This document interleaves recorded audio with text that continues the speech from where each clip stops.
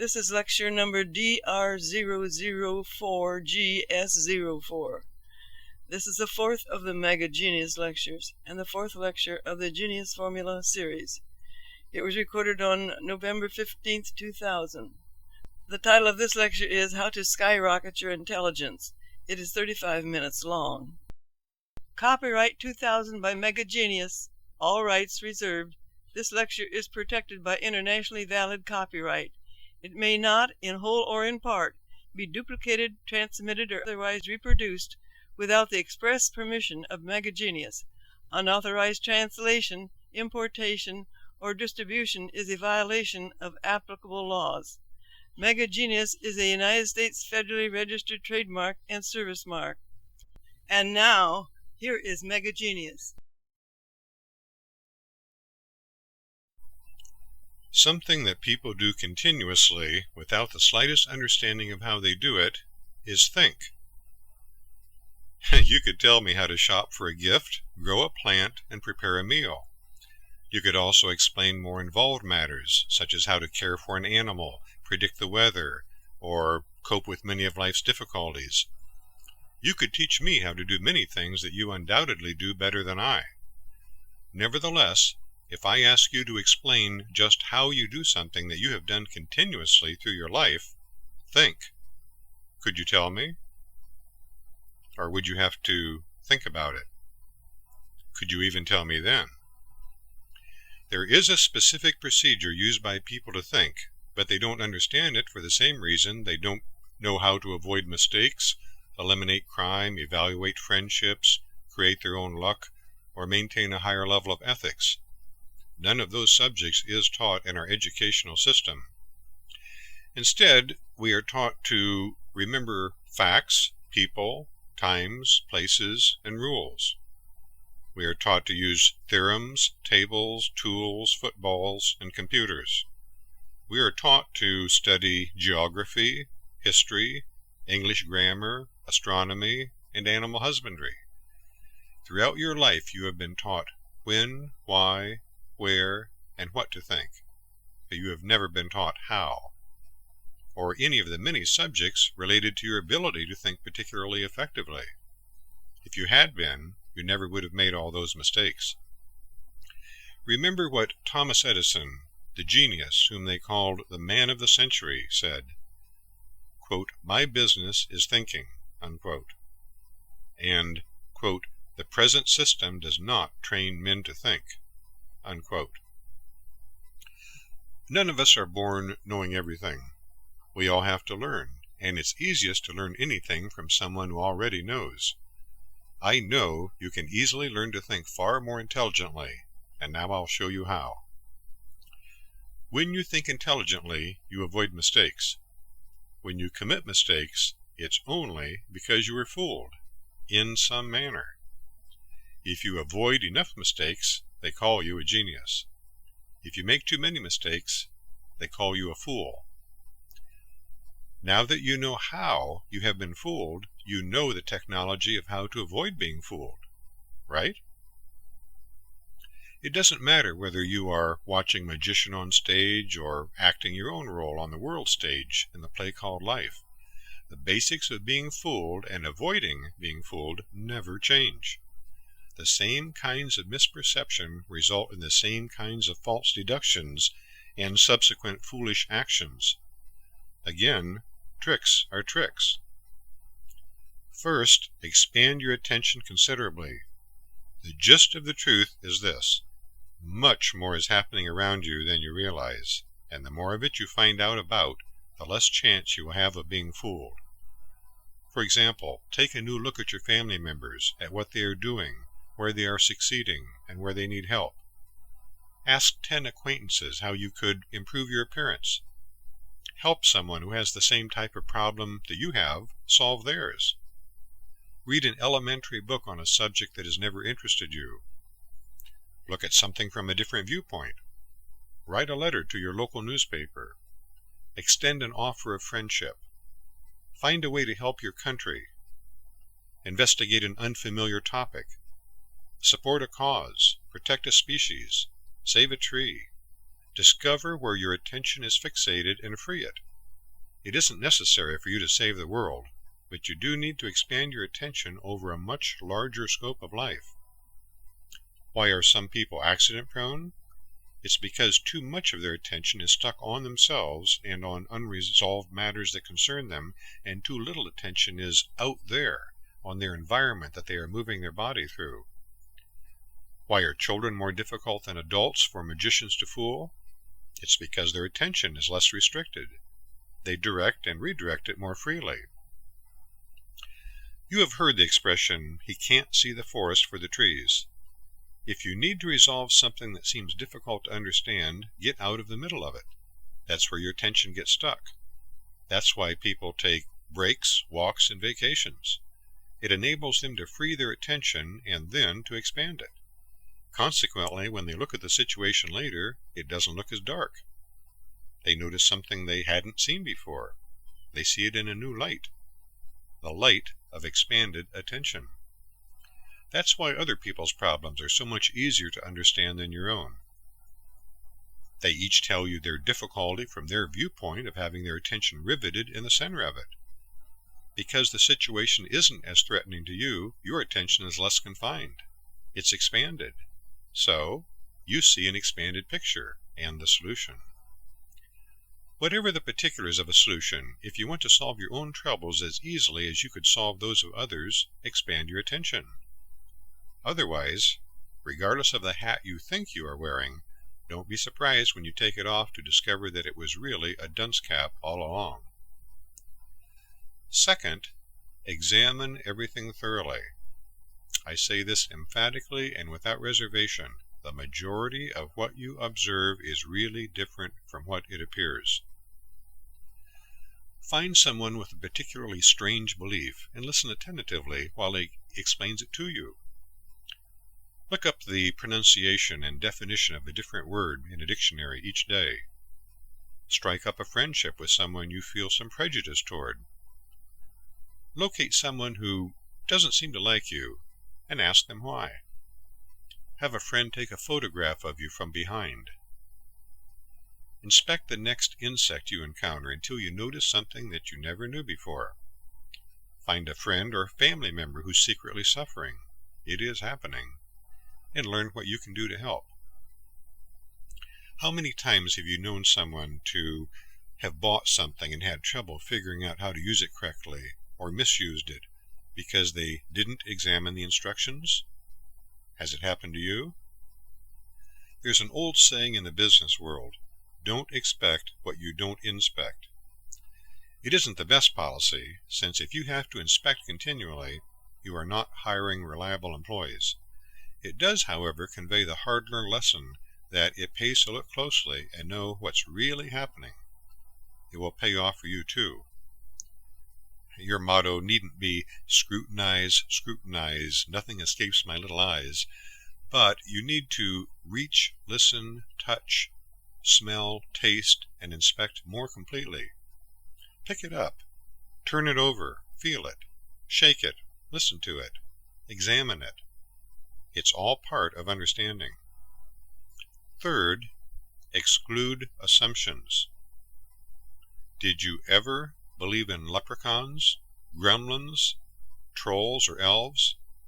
What about Santa Claus, or the Easter Bunny, or the Tooth Fairy? When you were young, did you believe that your first love would last forever? Did you expect that your grandparents would always be there? When you were growing up, did you think the other automobile driver would not do anything ridiculous? Did you presume that if you did good work it would be appreciated? Did you think life would be fair? Did you assume any of those things? Why? Is your drinking water safe? Do you know the proper foods to promote your body's longevity? Has the moon been inhabited before the 20th century? Are most malfunctions of the brain the result of chemical imbalances? Did man evolve from apes? Can the speed of light be exceeded? Do you know what happens after death? How do you know? For sure.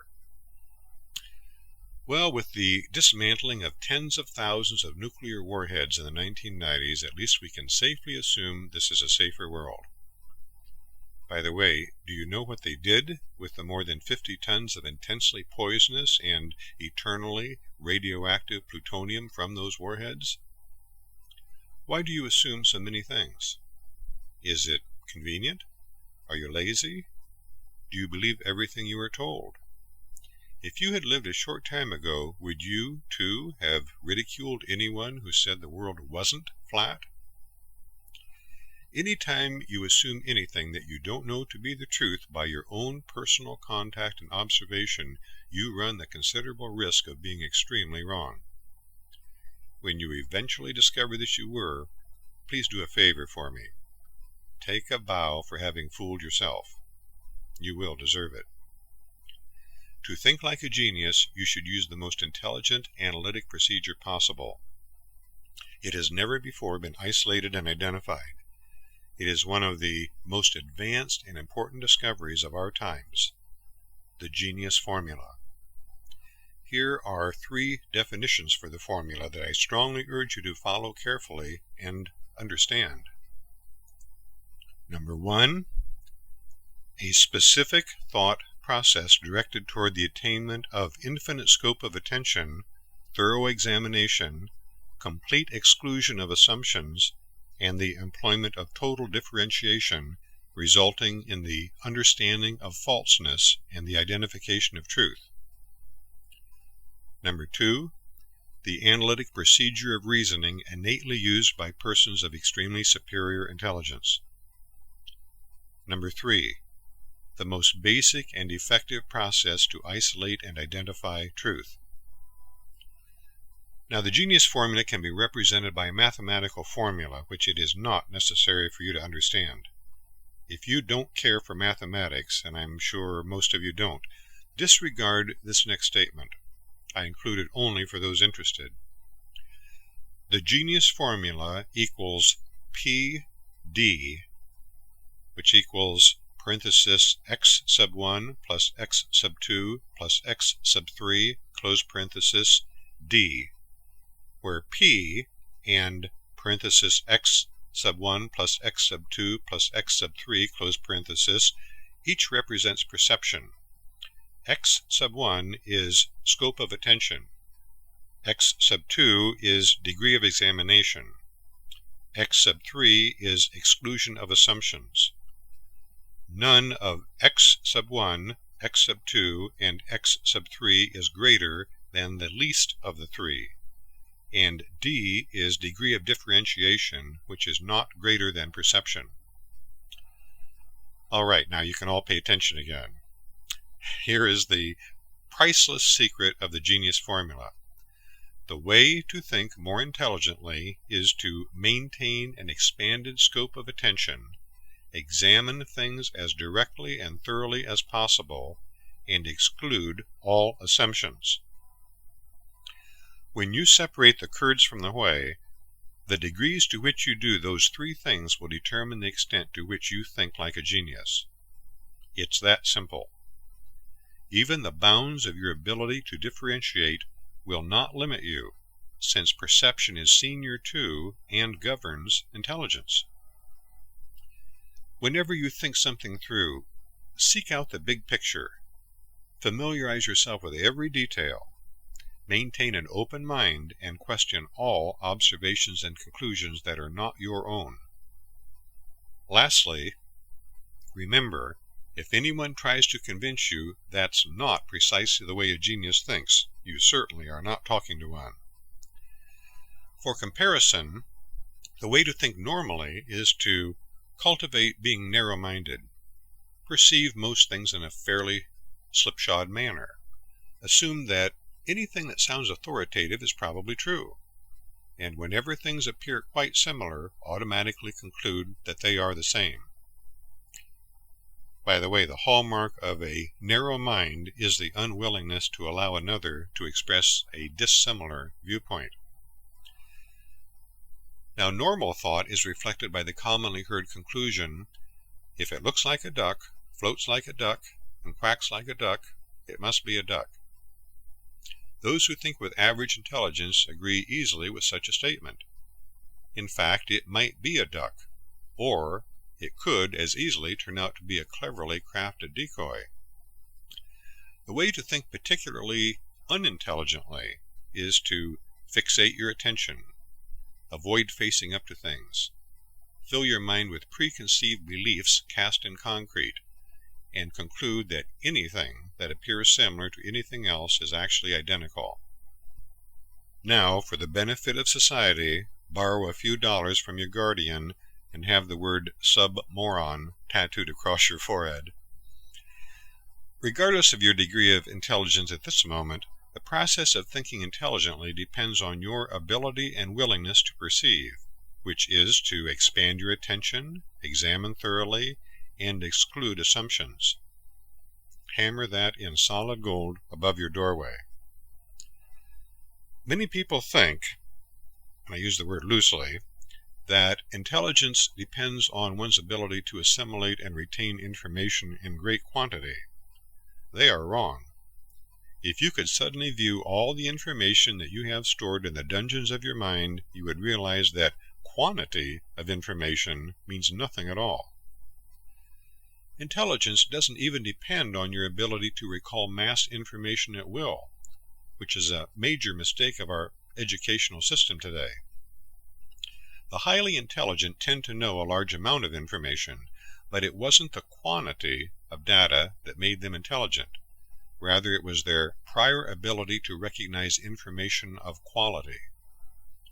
For example, if you wanted to drive a nail into a piece of wood, it would be extraneous to know where the tree that produced the wood was grown, how long it took for the wood to be shipped to your locality, what kind of birds nested in the tree, and thousands of other insignificant facts.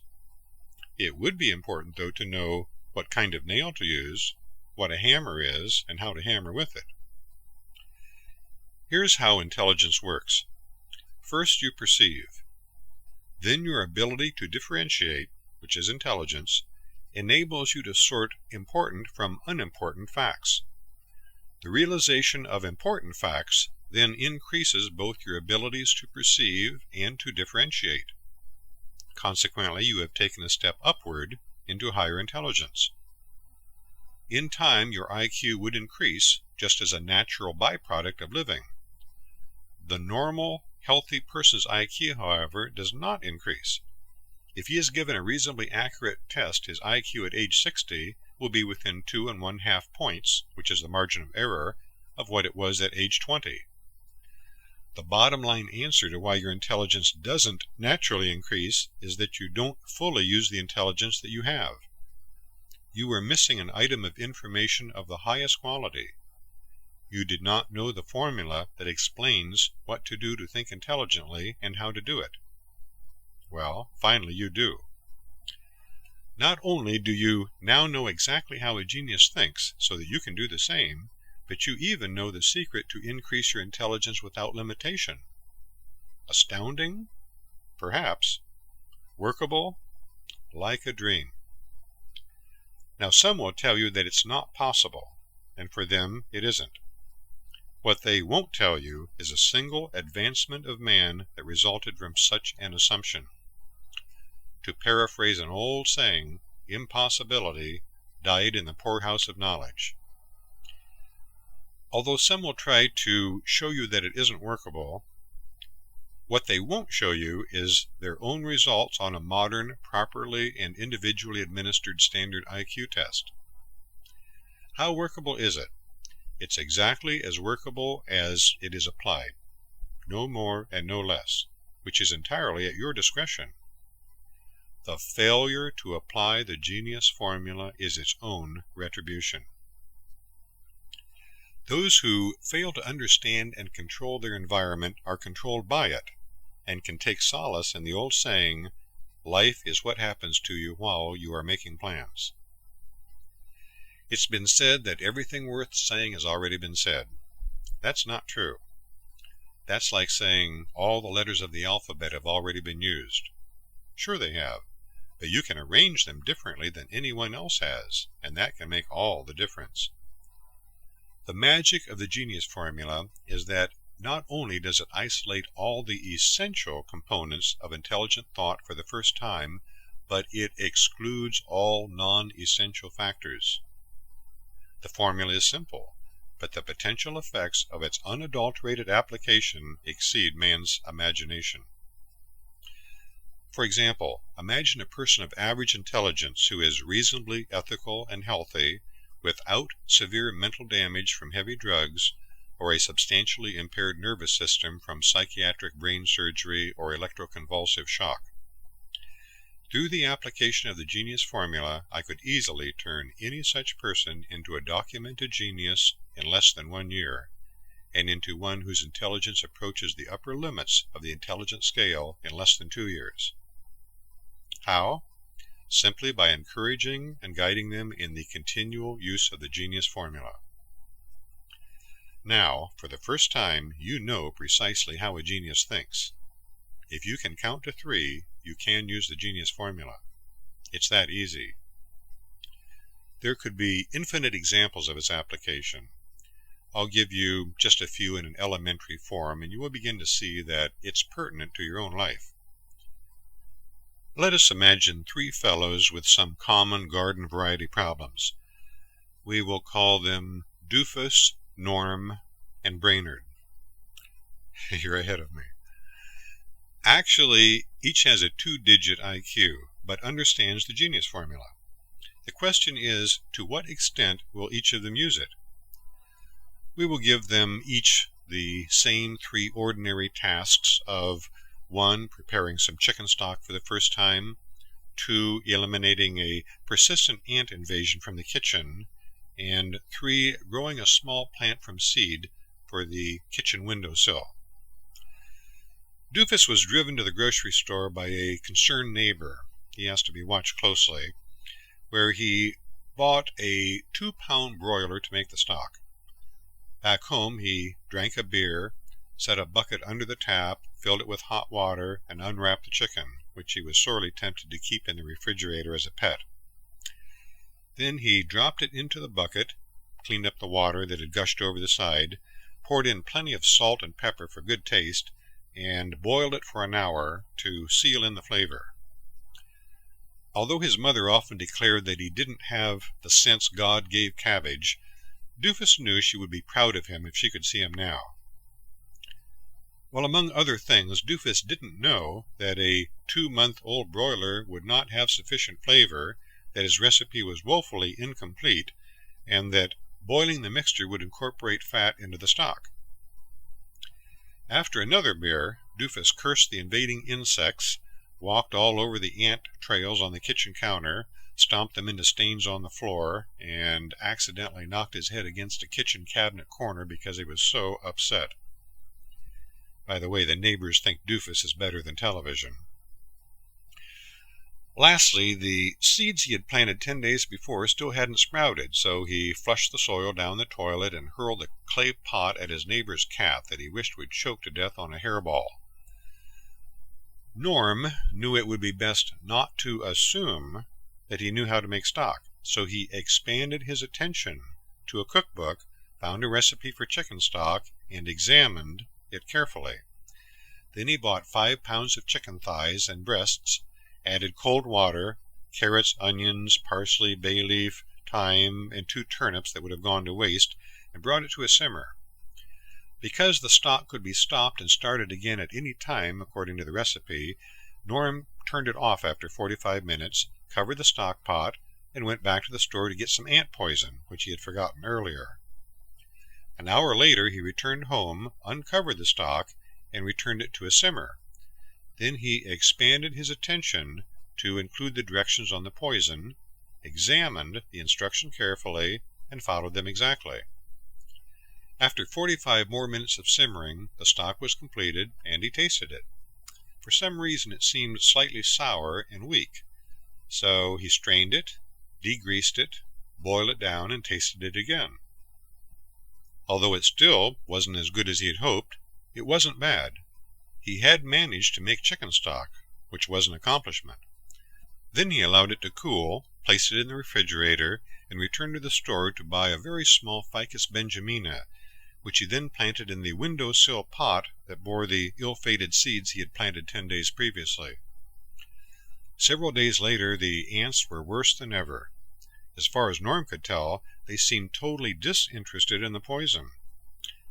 Fortunately, Norm had evaluated several ant poisons before selecting this one. It had a money-back guarantee. Unfortunately, when he telephoned the company, he discovered the long-distance call was not toll-free.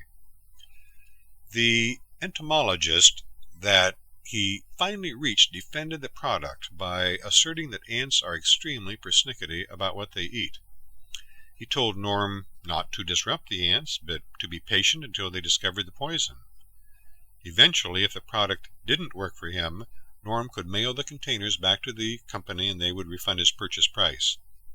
Norm did not think that would be worth the trouble.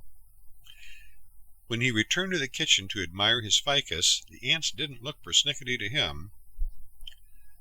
Now, Brainerd knew better than to assume anything about making chicken stock. First, he expanded his attention and found recipes in 3 cookbooks, one of which was considerably more detailed. Second, he expanded his attention further to include his mother, whom he asked for advice. She told him to buy a mixture of the most inexpensive chicken parts, wash them well, use bottled water for better taste, and clean everything contacted by the raw chicken in hot soapy water to prevent salmonella poisoning, which could produce symptoms similar to the common cold. She told him not to allow it to boil or to add turnips, cabbage, or other vegetables that would be too strong. She said to maintain a simmer for at least a couple of hours, skim off the scum as it formed, forget the salt, and concentrate the stock as necessary, and adjust the seasoning as the final step. She wished him well. Brainerd was especially glad to know about both the salmonella poisoning and certain vegetables that could be too strong, which the cookbooks had not mentioned. So he decided to expand his attention still further by discussing the making of chicken stock with his neighbor, Evelyn, an elderly widow in poor health, who had cooked professionally for many years. It seemed to Brainerd that someone who had done the job often should know how to do it right. At Evelyn's request, Brainerd explained the procedure as he understood it. "Well," she told him, "it's nice to feel needed. I'm glad you asked. A job worth doing is worth doing right, although it sounds as if you've already put the fire to the pot." "Could I add other vegetables like cauliflower or potatoes?" he asked. "No," she told him. "Cauliflower is too strong, and potatoes will cloud your stock. Stick with carrots, onions, celery, parsley, bay leaf, and thyme. Also, don't cover it completely or it'll sour. I always pour what I'm not going to use soon into ice cube trays and keep them in a container in my freezer. If you do that, homemade chicken stock will always be at your fingertips, at least until you run out, as I just did." Brainerd followed the common denominator of the 3 cookbook recipes, modified by the advice from his mother and Evelyn. Several hours later, his chicken stock turned out exactly as he had hoped. Brainerd wasn't sure what to do about the ant invasion. Then he decided to not assume that it would be necessarily a difficult problem to resolve. First, he thought he should examine what the creatures were doing. Just as he suspected, the trails led to areas of concentration where they appeared to be feeding, but there didn't seem to be any food visible. So, with a magnifying glass, he examined further and discovered that they were actually feeding on minute specks of grease. Was poison the answer? For a moment, Brainerd felt as if it were him versus them, but then decided to expand his attention to include the ant colony and its purpose too. They were only trying to survive, but to what end? He wasn't sure. But he knew that ants cleared away the debris of dead insects and other small carcasses in the yard, which seemed very worthwhile. Suddenly he wondered if by hurting them he might also unknowingly be hurting himself. Perhaps, he thought, he would be better off in the long run if he redirected the ants' attention instead of trying to kill them. Brainerd poured some of the identical kind of grease into the cap of an old jar and set it on the lawn outside his kitchen window, the direction from which the ant trails came. The next morning they had vanished from the kitchen and were industriously carrying away much of the newly discovered food supply. With the colony's food reserve replenished, the ants would keep to themselves for the next 6 months, during which time they would work constantly to keep Brainerd's lawn almost as clean as he kept his kitchen. The seeds that had not sprouted mystified Brainerd as he examined the soil closely. He was aware that he assumed something was wrong, but felt that it was justified. After all, he had examined the directions on the seed package when he planted them, and although it had not specified the number of days until germination, he was sure that 2 weeks was too long. Several friends had also agreed that something had to be wrong. As he expanded his attention to resolve the situation, he thought of Evelyn and the assortment of plants she kept in her house. It might be worth a telephone call, he thought.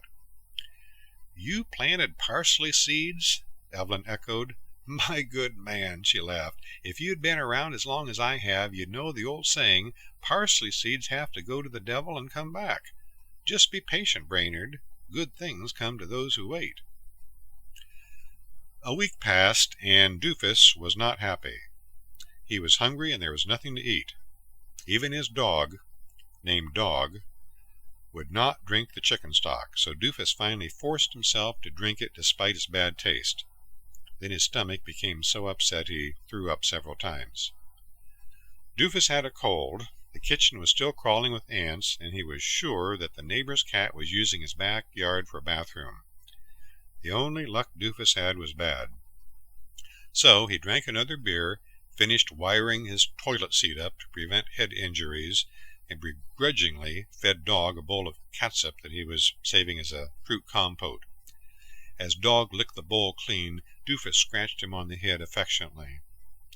Doofus never ceased to be amazed at that dog's intelligence. Dinner was a problem, as Doofus had misplaced his recipe for orange juice, so he ate a packet of powdered gravy that he had luckily discovered on the street after the garbage truck had passed. Then he stomped on some ants, blew his nose, and decided to attempt a souffle. Norm, on the other hand, had just finished a big bowl of not-too-bad soup he had made from the not-too-bad chicken stock. He was proud of his newly discovered culinary ability. What he didn't like were the trails of persnickety ants that were still eating everything in the kitchen except the poison, and that his new ficus had dropped all of its leaves, which he didn't realize could result from that kind of plant having been moved. Life has its problems, he thought, as the telephone rang. "Hello?" he answered. "Oh, coping." Then he noticed his stomach was upset. Norm didn't know that stock will not keep for a week in the refrigerator without spoiling. Brainerd invited his girlfriend, Tootsie, over for a delectable dinner of chicken fried steak smothered in a lip-smacking gravy from his homemade chicken stock. Tootsie was impressed. They enjoyed the fresh banana bread, too, that Evelyn had sent over in return for some of the frozen stock cubes that Brainerd had shared with her. The kitchen was immaculate, and the plant was beginning to grow aggressively. Brainerd would also have fresh parsley at his fingertips the next time he made stock. It keeps one's breath fresh, too, he remembered reading. Then he ate a small piece. They retired to the love seat in the living room, where Brainerd expanded his attention to examine where Tootsie's attention was focused. She was smiling at the neighbor's cat purring at his feet. Excluding the assumption that it was interfering with his plans, Brainerd picked up the cat, set it on his lap, and rubbed Cupid softly behind the ear. "I like a man who likes animals, Brainy," Tootsie whispered as she leaned forward and kissed him. Brainerd decided to exclude the assumption that he could thank his lucky stars, and concluded that the genius formula was certainly working for him. Now you get the idea. There is nothing difficult about it at all. You can apply the genius formula just as easily in your workaday world. Try it. A conclusion of average intelligence would be this: intelligence is determined primarily by genes and is modified by a complex host of environmental factors. A conclusion of superior intelligence would be this: Intelligence may be said to be the ability to keep from being fooled, which depends only on complete and thorough perception, including the exclusion of all assumptions. In the next lecture we will examine what happens when you apply the genius formula flawlessly. It just gets better.